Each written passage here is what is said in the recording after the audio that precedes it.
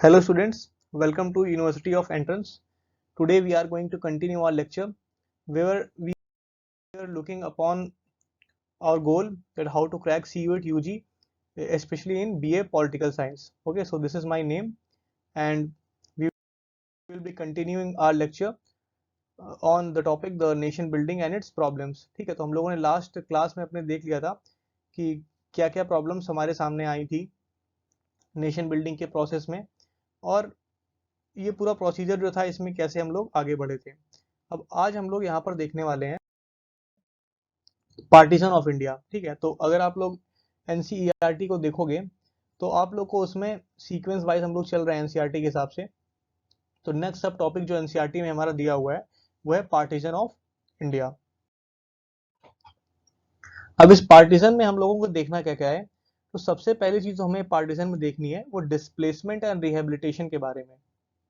क्योंकि जब भी किसी भी कंट्री का पार्टीशन होगा तो दोनों साइड से पॉपुलेशन क्या होंगी, डिस्प्लेस करेंगी, माइग्रेट करेंगी from one area to another area. Okay, तो यहाँ पर एक तो ये है, और जब वो पॉपुलेशन माइग्रेट होकर के किसी एक एरिया से दूसरे एरिया पर जाएगी तो उनका रिहेबिलिटेशन भी होगा कि उनको कहाँ रहना है, उनकी जॉब्स क्या होंगी और ये सारी चीजें होती हैं। सो इन सभी चीजों को हम डिस्कस करें इससे पहले हम लोग यहाँ पर देखते हैं कि ये पार्टीशन हुआ कब। तो पार्टीशन तो सिंपल सी बात है, कोई ऐसा तो है नहीं कि एक दिन में ही हो गया होगा ये। तो ये एक पूरा प्रोसेस था और इस प्रोसेस को हम लोग कह सकते हैं कि इंडिया के लिए हम लोग इसे सेलिब्रेट करते हैं कि 15th ऑफ अगस्त में हम एक इंडिपेंडेंस हुए, और पाकिस्तान बोलता है कि 14th ऑफ अगस्त को। तो ये जो एक डे था कि 15th एंड 14th ऑफ अगस्त 1947, इस दिन दोनों कंट्रीज एग्जिस्टेंस में आती हैं ऑफिशियली। ओके, और ये जो पूरी हमारी पार्टीशन की प्रोसेस थी, अगर हम लोग सोचें कि ये पार्टीशन का प्रोसेस स्टार्ट कैसे हुआ, या फिर ये कहें कि ऑल टुगेदर ये पार्टीशन का आइडिया इंट्रोड्यूस ही किसने किया, या फिर ये पार्टीशन हुआ तो किस थ्योरी के बेसिस पर हुआ, तो इस थ्योरी का नाम है यहाँ पर टू नेशन थ्योरी। तो इस स्लाइड से हमें क्या है, दो फैक्ट्स देखने को मिलते हैं जो कि हमारे एग्जाम के पर्सपेक्टिव से इंपॉर्टेंट जो है हो जाते हैं कि दोनों नेशन का एग्जिस्टेंस किस डेट को हुआ। तो एग्जिस्टेंस में दोनों नेशन किस डेट को आए, तो 14th ऑफ अगस्त 1947 को पाकिस्तान और 15th ऑफ अगस्त 1947 को इंडिया। और साथ ही साथ यहाँ पर जो थ्योरी थी, जिस थ्योरी के बेसिस पर यहाँ पर ये पूरा पार्टीशन हुआ, ठीक है, इंडिया एंड पाकिस्तान का, वो उस थ्योरी का नाम था टू नेशन थ्योरी। और ये थ्योरी बोलती थी कि जो मुस्लिम मेजोरिटी एरियाज हैं, इट मीन जिन एरियाज में 50% प्लस वन पॉपुलेशन मुस्लिम्स की है, वो एरियाज जाएंगे पाकिस्तान के साथ, और रेस्ट ऑफ द एरियाज हमारे क्या होंगे, वो रहेंगे इंडिया के साथ। अब अगर ये थ्योरी को प्रपोज किया जाना ही इंपॉर्टेंट नहीं होता है, अगर किसी भी प्रोसेस में किसी थ्योरी को प्रपोज किया जा रहा है तो उस प्रपोजल के पीछे एक अच्छा खासा सपोर्ट होना चाहिए, तभी पार्टीजन जैसी एक बड़ी चीज यहाँ पर हम प्रोसेस में देख सकते हैं। तो वो जो एक बड़ा ग्रुप था, जो एक बड़ी पार्टी थी, जिसने इंट्रोड्यूस किया, जिसने सपोर्ट किया, जिसने बैक किया इस पूरे प्रोसेस को, वो थी हमारी मुस्लिम लीग। ठीक है, इस मुस्लिम लीग के जो कुछ बड़े लीडर्स थे उनमें आपने नाम सुना होगा यहाँ पर मोहम्मद अली जिन्ना का। तो यहाँ पर इन्हीं के सपोर्ट के थ्रू हम कहें अगर, तो ये टू नेशन थियरी को आगे ले आया गया, और एट लास्ट हमें देखने को मिलता है कि एक नया नेशन पूरा फॉर्म होता है।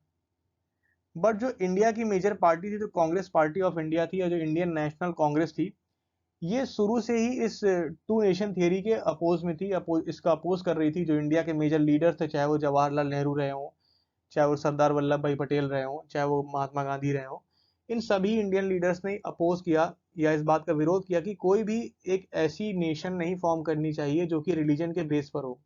रादर हम दोनों लोगों को आपस में क्या करना चाहिए, थोड़े बहुत कॉम्प्रोमाइज करने चाहिए, जो भी इश्यूज हैं टैकल करनी चाहिए साथ में रह करके, बट ऑल टुगेदर ये चीजें नहीं हो पाएंगी। और हमें देखने को ये मिलता है कि जो कुछ एरियाज थे, अगर आप लोग इस मैप को ध्यान से देखोगे तो ये 1947 के आसपास का यहाँ पर मैप है।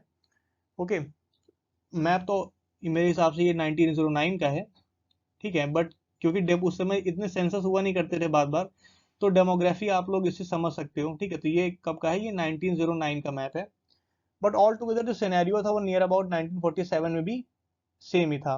क्या सिनेरियो सेम था, तो अगर आप लोग यहाँ पर देख पा रहे होंगे, कुछ यहाँ पर एरियाज हैं जो यहाँ पर पिंक से शेडेड हैं, कुछ एरियाज यहाँ पर ग्रीन कलर से शेडेड हैं। तो इन जो पिंक एरियाज का मतलब ये है कि यहाँ पर नॉन मुस्लिम पॉपुलेशन की मेजोरिटी थी, और जो यहाँ पर ग्रीन कलर में एरियाज आपको देखने को मिल रहे हैं, यहाँ पर मुस्लिम पीपल्स की या इस्लामिक पीपल्स की या इस्लामिक रिलीजन को फॉलो करने वाले लोगों की मेजोरिटी थी। अब यहाँ पर अगर प्रेजेंट डे में आप देखोगे तो कुछ एरियाज हैं यहाँ के, जैसे कि यहाँ पर कश्मीर का एरिया, ओके, तो यहाँ पर आप लोग देखोगे पंजाब का एरिया या कश्मीर का एरिया, तो इसमें कुछ एरियाज में आपको मुस्लिम्स की पॉपुलेशन ज़्यादा मिलेगी और कुछ में हिंदूज की या फिर कहें नॉन मुस्लिम्स की। तो अगर आप लोग यहाँ पर पंजाब को देखोगे तो ये आज की डेट में जितना एरिया यहाँ पर पिंक में है, नियर अबाउट ये इंडिया के पास है, बट पंजाब का प्रोविंस काफी बड़ा था। जो सर्कल मैंने यहाँ पर किया है, फिर से कर देता हूँ एक बार, ओके, तो यहाँ पर जो मैं सर्कल क्रिएट कर रहा हूँ, ये नियर अबाउट पंजाब था। अब यहाँ पर कुछ एरियाज में आप देखोगे यहाँ पर क्या है, इस्लामिक पॉपुलेशन की मेजोरिटी है, कुछ एरिया में नॉन इस्लामिक पॉपुलेशन की मेजोरिटी है। तो यहाँ पर काफी इश्यूज क्रिएट हुए। और आप लोग अगर यहाँ पर देखोगे ईस्टर्न पार्ट ऑफ इंडिया में, जो प्रेजेंट डे हमारा यहाँ पर वेस्ट बंगाल है, उसी से पार्टीशन होकर के यहाँ बांग्लादेश बना था, ठीक है, ये आप लोग देख सकते हो बांग्लादेश। तो यहाँ पर क्या हुआ, डिसाइड हुआ कि एक पार्ट होगा यहाँ पर नॉर्थ वेस्ट साइड में और एक पार्ट होगा ईस्टर्न साइड में। तो जो पॉपुलेशन यहाँ पर जाना चाहती है, सपोज दैट ये इधर के हाफ की पॉपुलेशन जाना चाहती है पाकिस्तान में, तो वो जाएंगे बांग्लादेश में, और जो यहाँ पर हम हमारे सामने जो नॉर्थ वेस्टर्न पार्ट की पॉपुलेशन जाना चाहती है वो जाएगी पाकिस्तान में। अब इस पूरे प्रोसेस के थ्रू जहाँ पर पाकिस्तान को तो डिसाइड किया गया था कि उसमें मुस्लिम पॉपुलेशन रहेगी, हालांकि वहां पर हिंदू और मुस्लिम दोनों रहते हैं, माइनॉरिटी में है हिंदू, बट पॉपुलेशन वहां दोनों की है। बट ऑफिशियल रिलीजन है वहां पाकिस्तान का, वो है इस्लाम। बट इंडिया कोई भी ऑफिशियल रिलीजन नहीं है। हमारे जो नेशनल लीडर्स हैं उन्होंने कहा कि हम एक सेक्युलर नेशन रहेंगे और हमारा कोई भी एक ऑफिशियल रिलीजन नहीं होगा। अब हमने लास्ट मैप में ये चीज देख लिया था कि ये जो डिवीजन हुआ, जो पूरा पार्टीशन हुआ, ये किस बेसिस पर हुआ था। तो इसका एक प्रिंसिपल था अपना, इस प्रिंसिपल को हम लोग क्या बोलते हैं, ये प्रिंसिपल था the principle of religious majorities, okay. तो एग्जाम में ये क्वेश्चन आ सकता है कि किस प्रिंसिपल के बेसिस पर पार्टीशन के प्रोसेस को आगे बढ़ाया गया। तो ये प्रिंसिपल था the principle of religious majorities. इसका सिंपल सा मतलब ये था कि जहां पर भी मुस्लिम्स मेजोरिटी में होंगे वो एरिया जाएगा पाकिस्तान के बाद पाकिस्तान के पास, और जो नॉन मुस्लिम पॉपुलेशन की जहां मेजोरिटी है वो इंडिया में रहेगा। हाउएवर इसका कहीं भी ये मतलब नहीं है कि उन नॉन मुस्लिम मेजोरिटी एरियाज जो यहाँ पर जहाँ पर नॉन मुस्लिम पॉपुलेशन की मेजोरिटी है वो माइग्रेट नहीं कर सकते हैं। तो हमें देखने को क्या मिलेगा कि सेंट्रल पार्ट ऑफ इंडिया से, मुंबई से, हैदराबाद से, लखनऊ से कई ऐसे एरियाज है जहां से लार्ज स्केल पॉपुलेशन आपका माइग्रेट करेगी टू दी पाकिस्तान और टू दी बांग्लादेश, ठीक है। तो यहाँ पर क्या हुआ, काफी लार्ज स्केल माइग्रेशन देखने को हमें मिलेगा। बट अब इस पूरे प्रोसेस के बीच में हमें जो एक चीज प्रॉब्लम यहाँ पर नजर आई दे रही थी, ठीक है, कुछ चीजें थी जो प्रॉब्लम क्रिएट कर रही थी इस पूरे पार्टीशन के प्रोसेस में। अभी आप लोगों ने यहाँ पर मैप में ही लास्ट में देखा कि कैसे एक नॉर्थ वेस्टर्न पार्ट में बना था पाकिस्तान और एक कैसे बांग्लादेश जो कि ईस्टर्न पार्ट में, और बीच में ऑल टुगेदर एक पूरा नेशन जो कि प्रेजेंट डे इंडिया। तो ये सस्टेनेबल मॉडल था नहीं ऑल टुगेदर। साथ ही साथ कई ऐसे एरियाज थे जो कि रेडी ही नहीं थे। जो प्रेजेंट डे अगर आप लोग पाकिस्तान का मैप देखोगे तो उसमें आपका जो जम्मू कश्मीर के साइड से जो एरिया है जिसको नॉर्थ वेस्टर्न फ्रंटियर प्रोविंस हम लोग पहले बोला करते थे, तो ये सारे एरियाज क्या थे, ये जाने को तैयार ही नहीं थे पाकिस्तान पे। इनकी पॉपुलेशन जो थी, इनको पता ही नहीं था कि पाकिस्तान का ऑल टुगेदर कॉन्सेप्ट क्या है। और यहाँ के काफी फेमस लीडर थे जो थे यहाँ पे खान अब्दुल गफार खान, जिनको फ्रंटियर गांधी भी बोला जाता था, ठीक है। तो इन्होंने क्या किया था, बहुत ही स्टॉन्चली यहाँ पर अपोज किया था, इतनी बहुत ही स्ट्रॉन्ग अपोजिशन इन्होंने यहाँ पर किया था किसका, टू नेशन थियरी का। खान अब्दुल गफार खान जो यहाँ पर थे, इनकी एकदम ऐसी ही इमेज थी, एक ऐसी ही यहाँ पर इनकी पॉपुलैरिटी थी, इनका करिश्मा ऐसा ही था बिल्कुल जैसा कि इंडिया में महात्मा गांधी का था, इसीलिए इन्हें फ्रंटियर गांधी बोलते थे। तो ये एक एमसीक्यू आपका बन सकता है बहुत ही इजीली कि फ्रंटियर गांधी किन्हें बोला जाता था, तो ये खान अब्दुल गफार खान को बोला जाता था। साथ ही साथ ये भी पूछा जा सकता है आपसे कि ये किस प्रोविंस या किस एरिया से रिलेटेड थे, तो बहुत ही simply North Western Frontier Province. साथ ही साथ एक क्वेश्चन ये भी बन सकता है कि ये north Western Frontier province present day में कौन सा एरिया है, तो ये पाकिस्तान का एरिया हो जाएगा, ओके। तो यहाँ पर हमें और साथ में एक प्रॉब्लम देखने को ये भी मिलेगी कि कई ऐसे एरियाज हैं, जैसे हमने लास्ट में देखा कि बंगाल और पंजाब, यहाँ पर मुस्लिम्स की भी काफ़ी पॉपुलेशन थी और साथ ही साथ कुछ एरियाज में नॉन मुस्लिम्स की भी मेजॉरिटी थी। तो अब ऑल टुगेदर बंगाल में लोग बंगाली बोल रहे हैं, पंजाब में लोग पंजाबी बोल रहे हैं। इनकी लिंग्विस्टिक आइडेंटिटी है अपनी एक, इनका एक पंजाबी और बंगाली कल्चर है। बट क्योंकि ये रिलीजन के बेसिस पर इनको डिवाइड किया जा रहा था टू नेशंस को, तो इनका भी यहाँ पर क्या हुआ, डिवीजन हुआ, इनका भी पार्टीशन हुआ। अब जब इनका भी पार्टीशन हुआ तो यहाँ पर लार्ज स्केल माइग्रेशन हमें देखने को मिलेगा। एंड जब इतनी लार्ज स्केल माइग्रेशन होगी और पूरा पार्टीशन होगा, तो पार्टीशन का प्रोसेस सिर्फ और सिर्फ माइग्रेशन पे ही बेस नहीं होता है, या फिर सिर्फ यहाँ प्रॉपर्टीज का ही डिवीजन नहीं होता है। कई चीजें साथ में ये माइग्रेशन का प्रोसेस लेके आपके साथ चलता है और इसमें बहुत सी प्रॉब्लम्स होती हैं। तो अगर आप लोग इंडियन हिस्ट्री को देखोगे कि इंडिया और पाकिस्तान के पार्टीशन में कैसी कैसी प्रॉब्लम्स आई थी, तो सबसे पहली प्रॉब्लम तो ये थी कि ये जो पूरा पार्टीशन था ये बहुत ही अनप्लान्ड था, बहुत ही अब्रप्ट था, और पॉपुलेशन के समझ में ही नहीं आ रहा था कि ये हो क्या रहा है ऑल टुगेदर।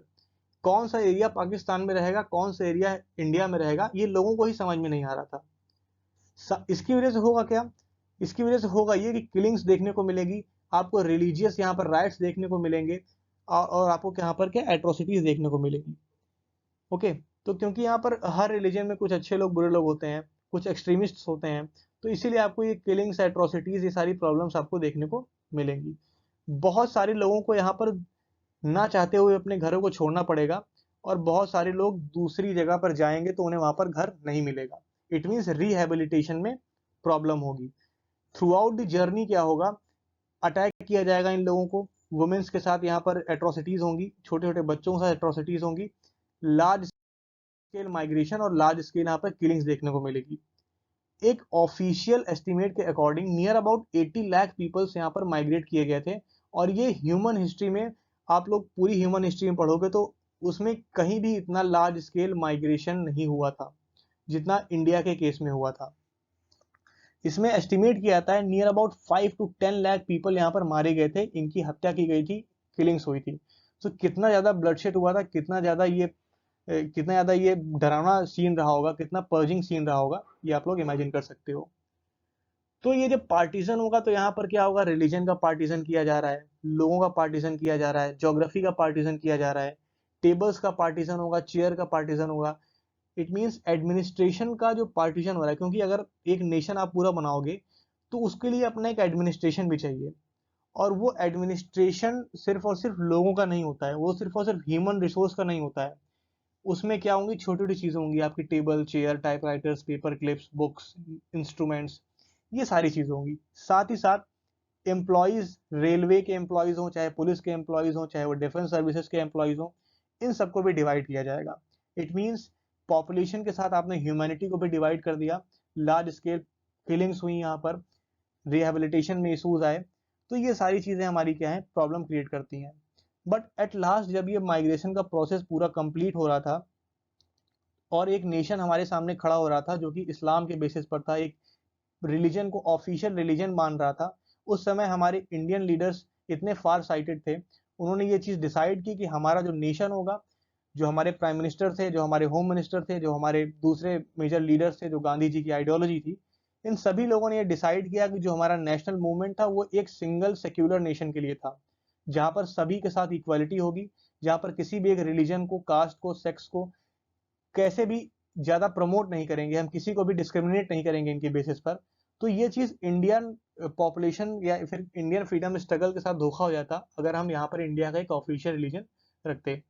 तो एट लास्ट हमारे लीडर्स ने ये चीज डिसाइड की कि हम नेशनल मूवमेंट को क्या करेंगे, हम लोग यहाँ पर जैसा चल रहा था उसी आइडियोलॉजी के साथ आगे जाएंगे और इंडिया को एक सेक्युलर नेशन रखेंगे, जहां पर हम सभी पर्सन, सभी रिलीजन्स को एक जैसा ट्रीट करेंगे, चाहे वो किसी भी जेंडर के हों, चाहे वो किसी भी ज्योग्राफी के हों, किसी भी रिलीजन के हों, ऑल टुगेदर वो किसी रिलीजन को मान रहे हो या ना मान रहे हो।